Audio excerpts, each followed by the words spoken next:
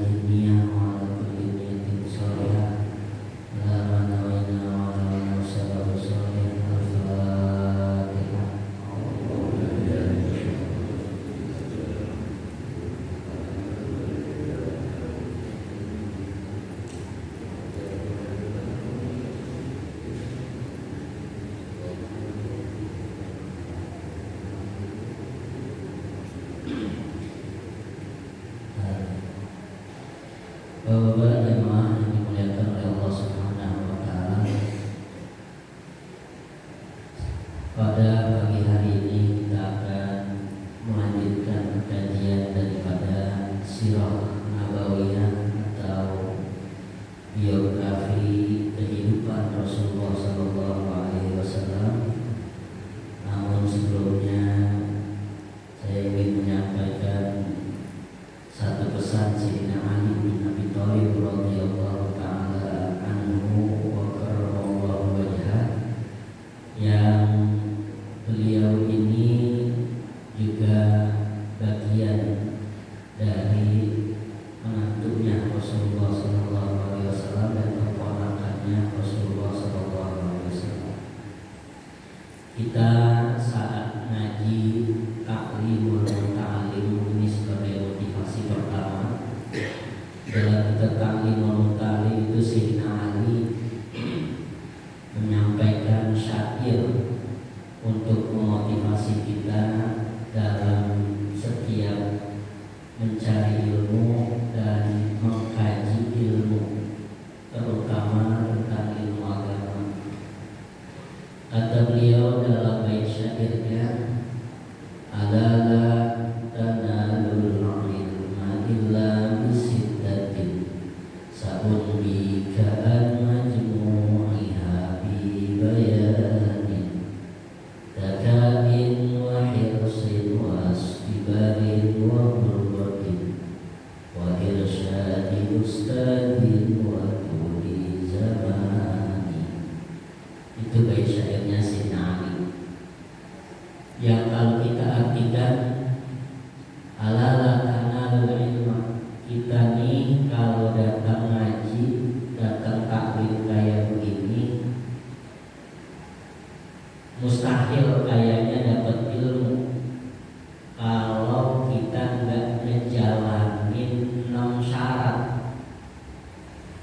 Jadi mau ilmu apapun yang kita mau pelajarin, mau itu formal atau non formal, mau itu di majelis taklim atau di bangku-bangku sekolah, yang namanya kita mencari ilmu, kalau kata Sayyidina Ali tadi, itu harus memenuhi 6 syarat. Apa syarat yang pertama? Sa'unbika an majmu'iha bibayanin. Saya akan rinci, kata Sayyidina Ali, satu persatu penjelasan. Yang pertama zakain, yang namanya belajar, yang namanya taklim, yang namanya ngaji butuh dengan zakat. Zakat itu kecerdasan intelektual. Jadi harus ada aklun intibah. Aklun tibah itu artinya akal kita connect, akal kita, otak kita, pikiran kita fokus, terpusat. Jangan kita taklim 1 jam 2 jam karena dari awal mata kita udah merem, nanti pas ditanya tadi ngaji apaan, gitu ya. Karena dari awal mata kita udah merem. Antara yang disampaikan dengan yang kita kemudian terima nggak connect itu. Kalau ibarat HP mah sinyalnya tuh putus-putus. Iya. Nah ini jangan sampai ngantuk Ustaz, apalagi pagi-pagi, gitu ya. Sama Pak ngantuk. Tapi apa? Harus kita paksain. Itu yang pertama. Zakain wahirsin. Yang kedua kata Sayyidina Ali, syarat kita dapat ilmu itu harus hirsin. Hirsin itu artinya rakus atau haus ilmu. Biar kata yang disampaikan sama guru-guru kita mungkin sudah pernah kita dengar 1, 2, 3 kali, itu udah pernah kita dengar, maka tetap kita harus bisa mendengar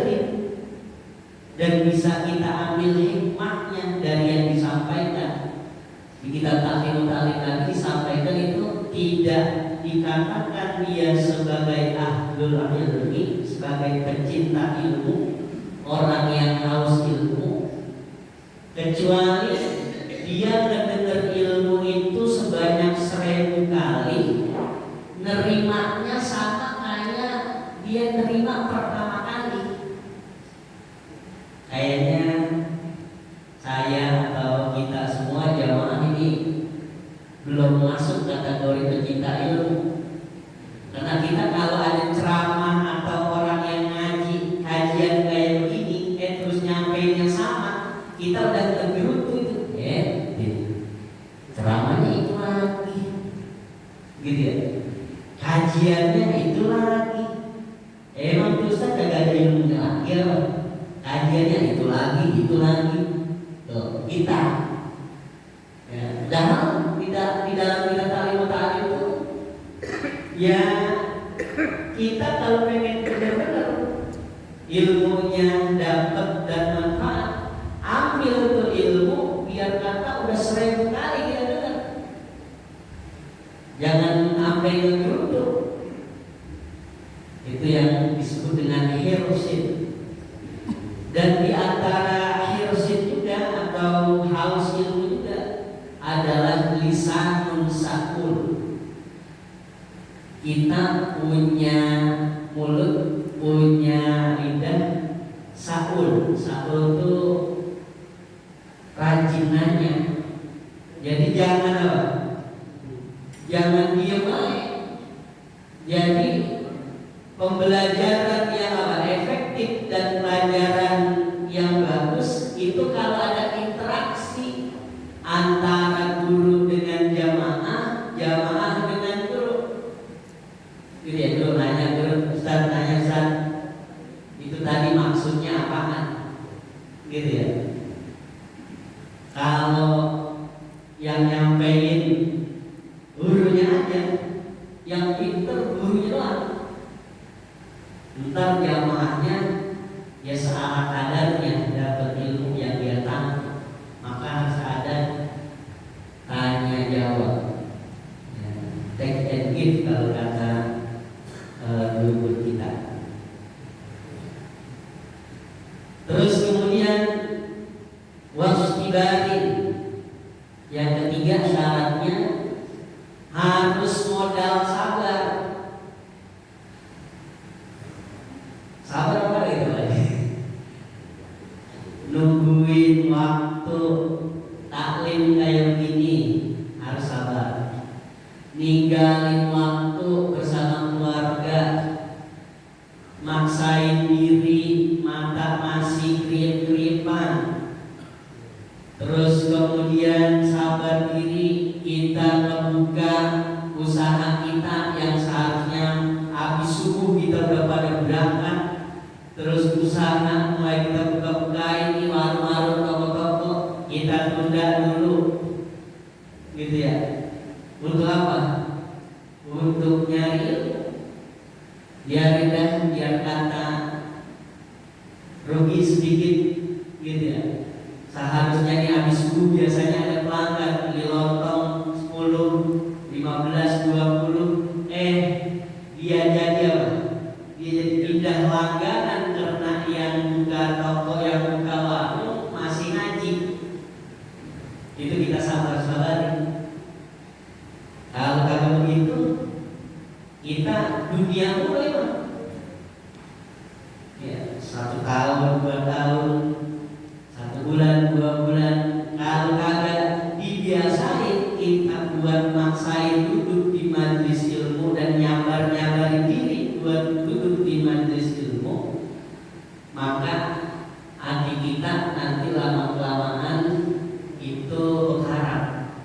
Di dalam kitab Al-Minahus Saniyah, Sayyidina Ali lagi bilang, kitab Al-Minahus Saniyah, Sayyidina Ali bilang, ilmu ama makanan pokok sehari kita yaitu nasi itu punya fungsi yang sama. Apa fungsinya? Kalau nasi atau makanan pokok yang kita makan, yang kita konsumsi itu buat nyegerin dan nguatin tubuh kita biar kita berstamina, biar kita bervitamin. Ilmu itu juga sama buat kita berstamina, bervitamin dalam bentuk rohani. Jadi bentuk jasmaninya makanan, dalam bentuk rohaninya ilmu.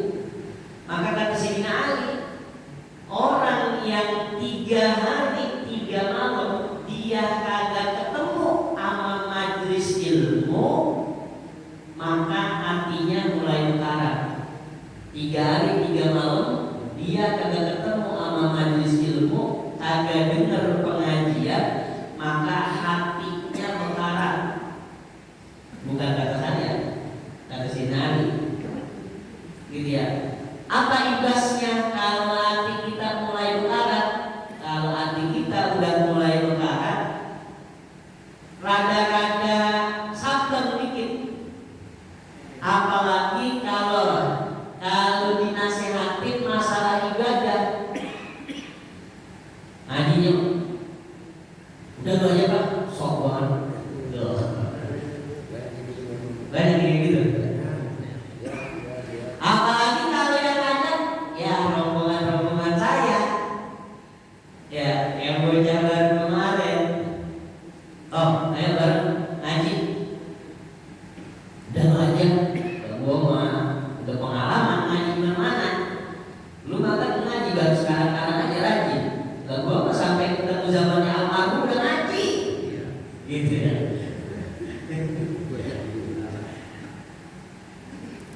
Itu kata Sayyidina Ali, bukan kata saya. Ya, jadi syaratnya harus istiqamah. Kemudian yang keempat, wabul rutin. Ini juga yang terkadang kita sering marah ini kalau ngaji disinggung masalah yang bulgoh. Apa itu bulgoh? Bulgoh itu fulus.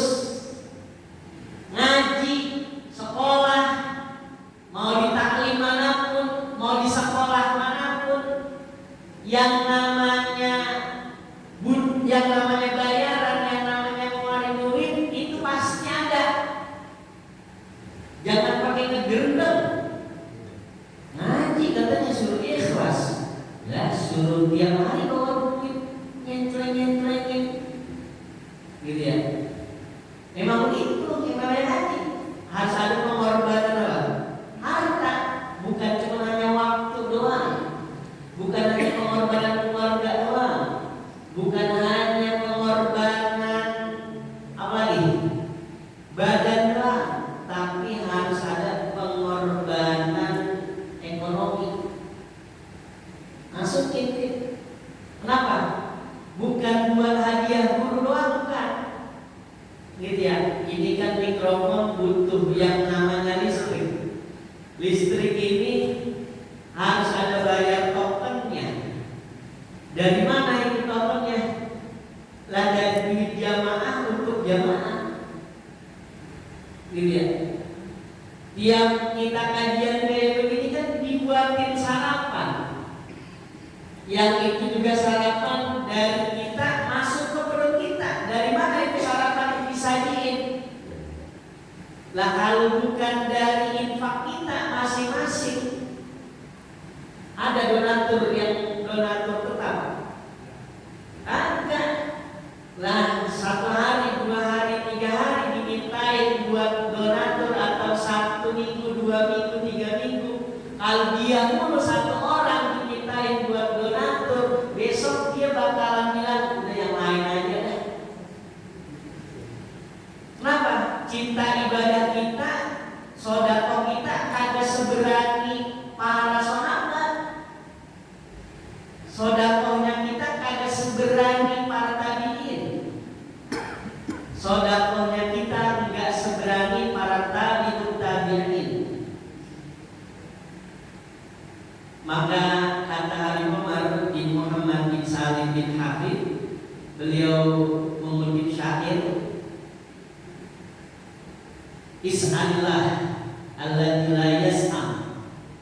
Kalau kita minta pertolongan atau minta apa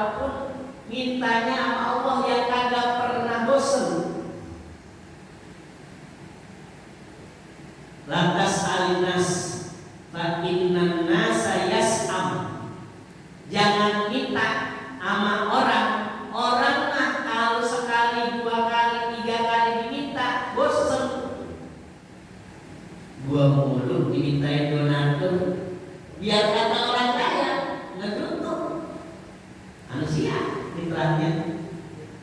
Tapi kalau Allah yang hina la yus'alu, kata beliau, itu justru marah kalau kita kagak minta.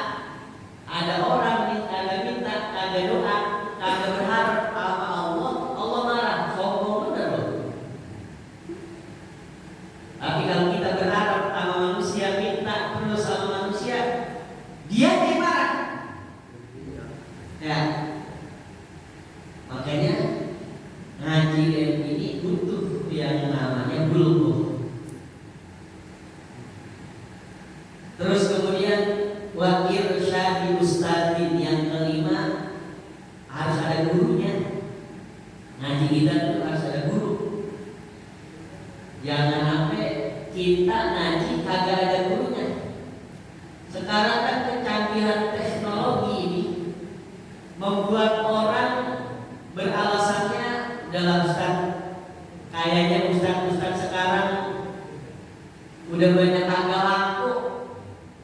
Orang ilmu semuanya udah bisa diakses di internet, udah bisa belajar dari YouTube, udah bisa belajar dari AI, udah bisa belajar dari mana-mana sekarang mah. Nggak mesti harus datang ke majelis taklim. Saya pakai iPad kayak begini atau pakai handphone, udah pinter banget dari rumah.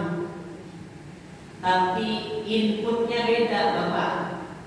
Pemasukan atau yang kita dapat dengan cara bertemu langsung dengan guru, dengan kita dapat lewat YouTube, itu beda inputnya, pemasukannya. Apa bedanya? Karena kalau ilmu pengetahuan semuanya membuka, tapi tidak semua akhlak itu Allah buka. Satu contoh. Kita nih ngaji lewat YouTube di rumah sambil tiduran, boleh nggak? Boleh, ambil tangan, ambil bugaringan. Ada yang habis dari kamar mandi udah langsung buka YouTube, masih pakai kekembenan, kita pakai anduk, gitu ya. Ada etikanya di situ? Kagak ada. Coba kalau di sini kita ngaji ketemu sama guru di tempat yang mulia, di tempat yang suci, masjid. Kira-kira ada yang berani datang ke masjid begini ketemu sama guru dalam keadaan masih kekembenan pakai anduk? Ini kan dibilang gila, gitu ya. Dari segi cara kita bertemu dengan guru yang ada di YouTube, dengan guru yang ketemu langsung aja, sikap kita udah beda.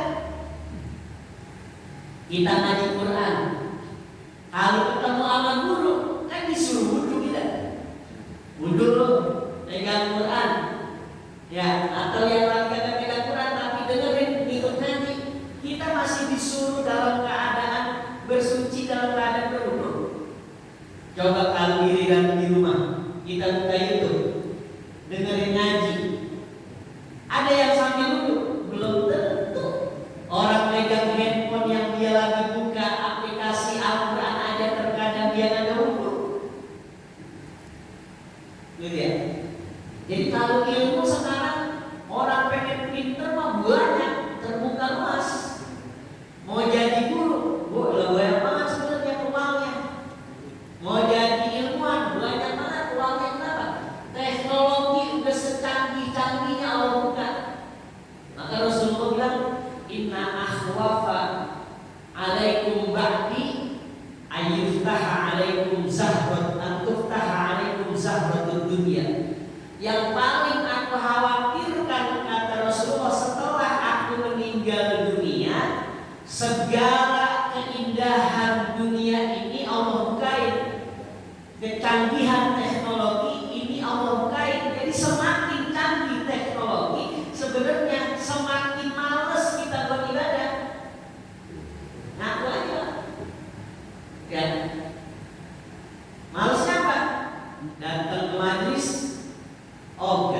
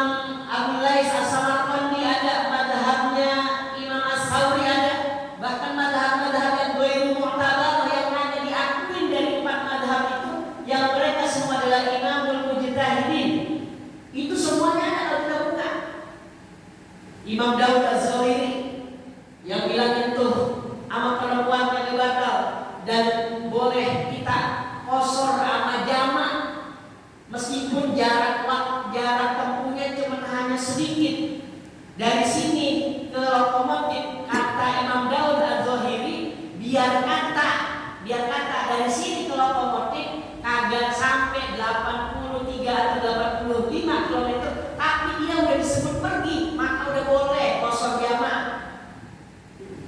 Tuh, karena yang udah keliling, gitu ya. Nah kita kalau ngaji nyaman itu, wah ini ada tuh yang ngomong kayak begini. Enak banget ide yang ini. Kemana-mana akhirnya kosor. Maka butuh yang namanya irsyad ustaz. Ketemu sama Rasul itu. Nah kita masuk sedikit ke sejarah tadi. Rasul itu di dalam hadis Jibril ketemu langsung sama malaikat Jibril ngaji.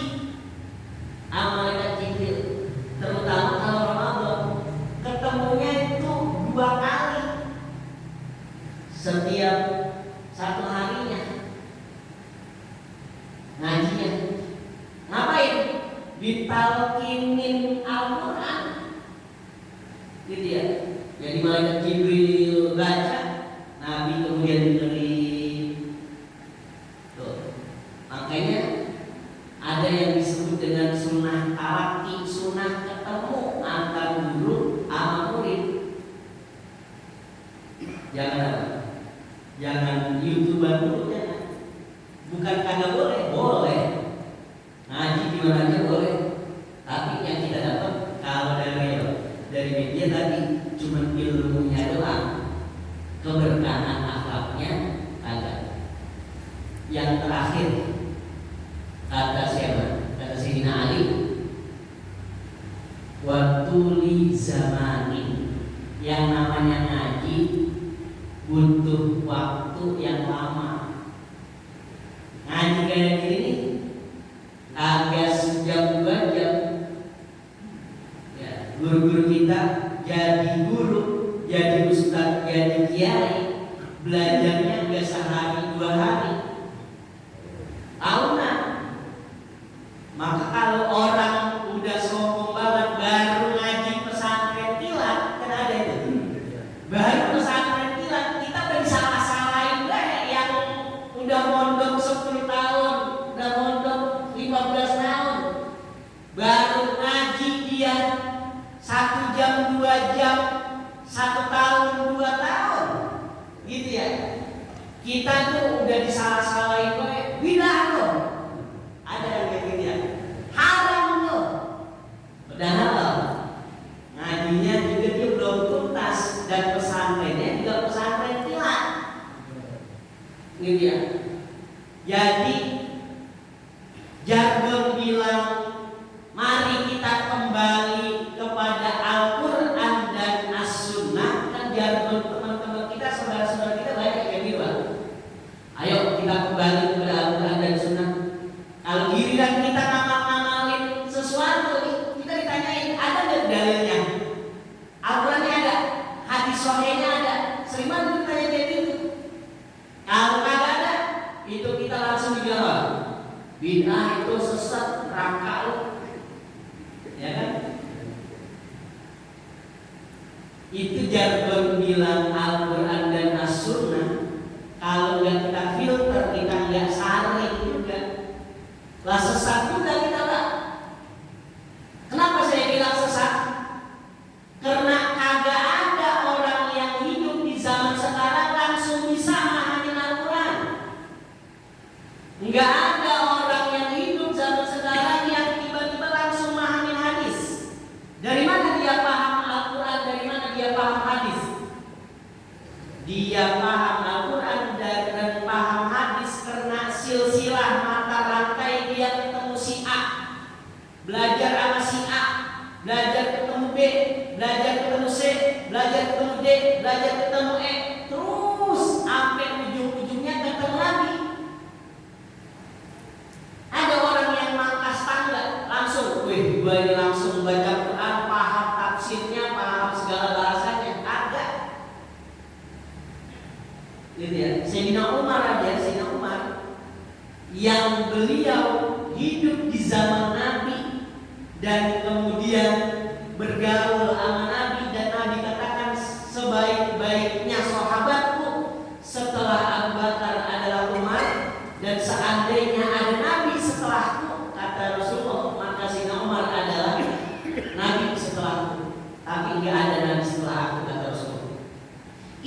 Sayyidina Umar bin Al-Khattab pernah menafsirkan surah Wailul lil Mutaffifin. Itu ada yang kagak tahu. Padahal hidup di zaman Nabi. Jadi apalagi kita, ya, yang kerjaannya cuma scroll TikTok doang. Kalau scroll TikTok, ya, yang cuma hanya megang WA terus balesin WA, ama ngeliatin video-video, langsung jadi orang alim. Kagak mungkin, kan? Maka harus ketemu sama guru dan belajarnya lama. Tuh. Nah, ini yang ingin saya bahas nih, masuk di zaman kita nih, karena udah jarang banget yang ketemu sama guru ngaji secara langsung, kita ini banyak disalah-salahin, terutama nerima hadis. Ada hadis sahabat pernah nanya kepada Rasulullah tentang ayahandanya Rasulullah, tentang ibundanya Rasulullah. Aina abuka, di mana ayahmu wahai Rasulullah? Ini di dalam kitab Al-Walidani Al-Karimani, dua orang tua yaitu Sayyidina Abdullah bin Abdul Muttalib dan Sayyidah Aminah binti Wahab binti Sufrah, orang tuanya Rasulullah. Di dalam kitab ini disampaikan kalau ada orang yang mengatakan ayahnya Nabi masuk neraka dan ayahnya Nabi itu dan ibunya Nabi itu masuk ahlu syirki, maka itu adalah penghinaan dan bentuk perendahan yang puncak kepada Rasulullah. Dan orang yang menghina Rasulullah dan juga menyakiti Rasulullah melewati ayah dan ibundanya, maka tempatnya pasti neraka. Ada orang yang sekarang nih menerima hadis tadi, Pak. Aina abuka, di mana ayahmu wahai Rasulullah, di mana orang tuamu? Itu Nabi saat ditanya aina abuka, jawabnya apa? Inna abi wa abaka finnar. Ayahku dan ayahmu di neraka. Karena ngajinya dia pakai apa? Pakai terjemahan. Nerjemahin abi, nerjemahin aba, itu ayah. Gitu ya. Kita kalau belajar bahasa Arab itu kan ada asmaul khamsah, abun, amun, ahun, hamun, dan zu. Kalau rofa, kalau doma pakai wawu, kalau nasab pakai fathah, pakai alif, kalau jar kasroh pakai ya. Ya, ja'a abuka, ro'aitu abaka, marartu bi abika. Ini kan jadi isimnya inna abi wa abaka yang maktuf. Sesungguhnya ayahku dan ayahmu dalam api neraka. Itu ternyata Pak, kalau kita ngaji bukan dari apa? Bukan dari literal arti bahasa Indonesia, bahwa abun itu enggak semuanya di dalam bahasa Arab diartiin baba, enggak semuanya diartiin ayah, tapi abun di situ diartikan paman. Kalau kita artikan di situ paman, ada nggak paman yang Nabi masuk neraka? Ada. Siapa? Abu Lahab. Ya. Nah, yang dimaksud sama Nabi itu inna abi, sesungguhnya ayahku. Ayahku di situ adalah maksudnya pamanku yang bernama Abu Lahab. Masuk neraka. Ayahku juga masuk neraka. Ini dipahami sama saudara-saudara kita yang lain, para pendeta. dia langsung di mimbar bilang betul itu. Neraka itu bapaknya Nabi, neraka itu ibundanya Nabi. Nah, padahal di dalam surah At-Taubah kalau nggak salah ya, nanti dibuka lagi. Wa ma kunna mu'adzabina hatta nab'atsa rasula. Tidaklah kami mengazab seseorang atau satu kaum yang orang itu atau kaum itu belum sampai kepadanya seorang rasul, seorang nabi yang menyampaikan risalah dakwah. Maka orang tuanya nabi ini keduanya disebut hidup di zaman fatrah. Di zaman fatrah itu di zaman kekosongan yang dimana nabi itu belum diutus. Antara nabi kita dengan Nabi Allah Isa itu ada fatrah, ada masa jeda lah, kurang lebih 500 tahunan. Nah, ibundanya Nabi kita Muhammad dengan ayahandanya kita Nabi Muhammad itu wafat di masa fatrah. Kalau orang wafat di masa fatrah, maka dia dikategorikan sebagai orang yang beriman. Enggak musyrik kagak, enggak murtad kagak.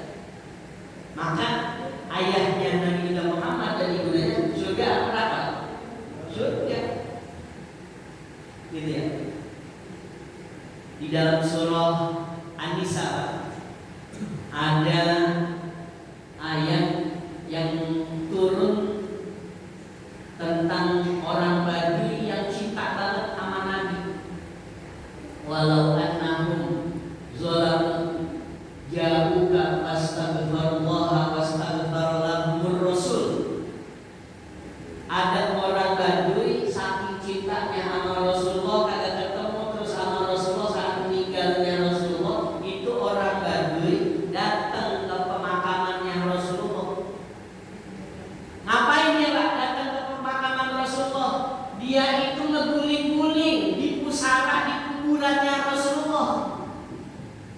Jadi tanah kuburannya Rasulullah itu dicium-ciuminya Rasulullah, dipeluk-pelukin itu tanah. Mintakan ampun kepada Allah, ini dia saya salahnya diampuni, dosanya diampuni. Itu habis dia peluk kuburannya Rasulullah, cium kuburannya Rasulullah, itu Badui tidur atau ketiduran. Dalam tidurnya tuh Badui, dalam tidur ketidurannya tuh orang Badui, kemudian dia bertemu sama Rasulullah di mimpinya. Apa pesannya Rasulullah di mimpi kepada orang Badui itu? Absyir, kasih kabar gembira sama di Badui, kata Rasulullah. Ya, kenapa? Qad ghafarallahu dzunubahu. Ini dosa-dosanya si Badui semuanya udah diampuni sama Allah Subhanahu wa taala. Itu dia cuman bertawasul sama Rasulullah, meluk-meluk apa? Meluk tanahnya doang. Dosanya apa diampunin semuanya. Lain Sayyidah Aminah bukan tanah, rahim langsung.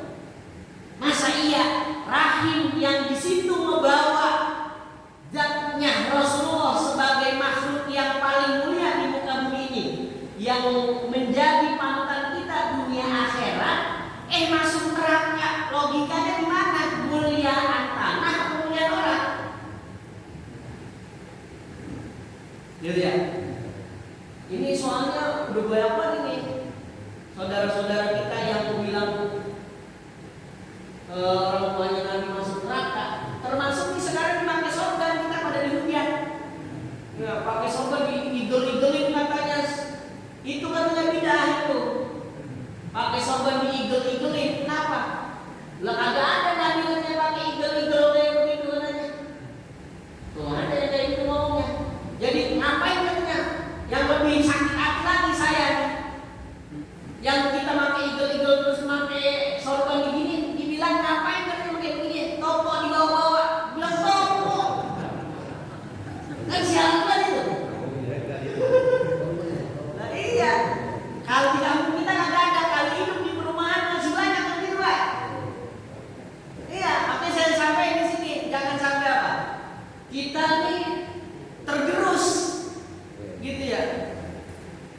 kecintaan kita dan pengen nirunya kita sama Rasulullah jadi apa?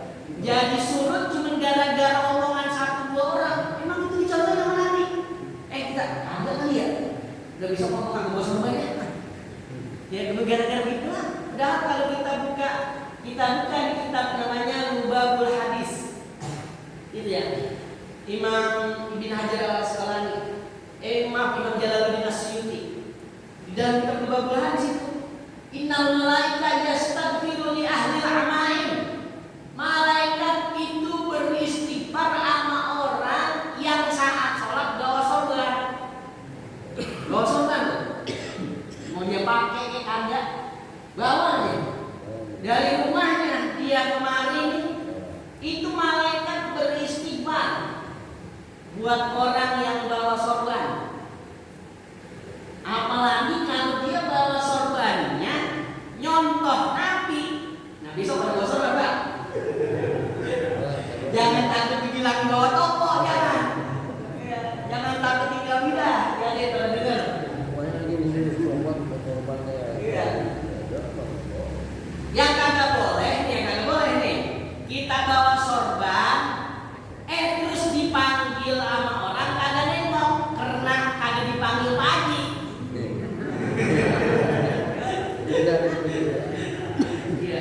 Lalu udah bawa sorban dan dipanggil lagi, gitu ya? Atau udah pakai peci putih, gitu ya? Udah dipanggil tuan haji, apa yang udah nengok? Itu yang kagak boleh. Lah kalau kita bawa sorban yang dipakai di sini sunnah. Nabi ini makanya begini Pak, nih. Ada yang di sebelah kanan dipanjangin begini. Ada yang sebelah kiri makanya begini. Ada yang makainya begini nih. Nih, Nabi. Tuh. Cara pakai sorbannya Nabi. Gitu.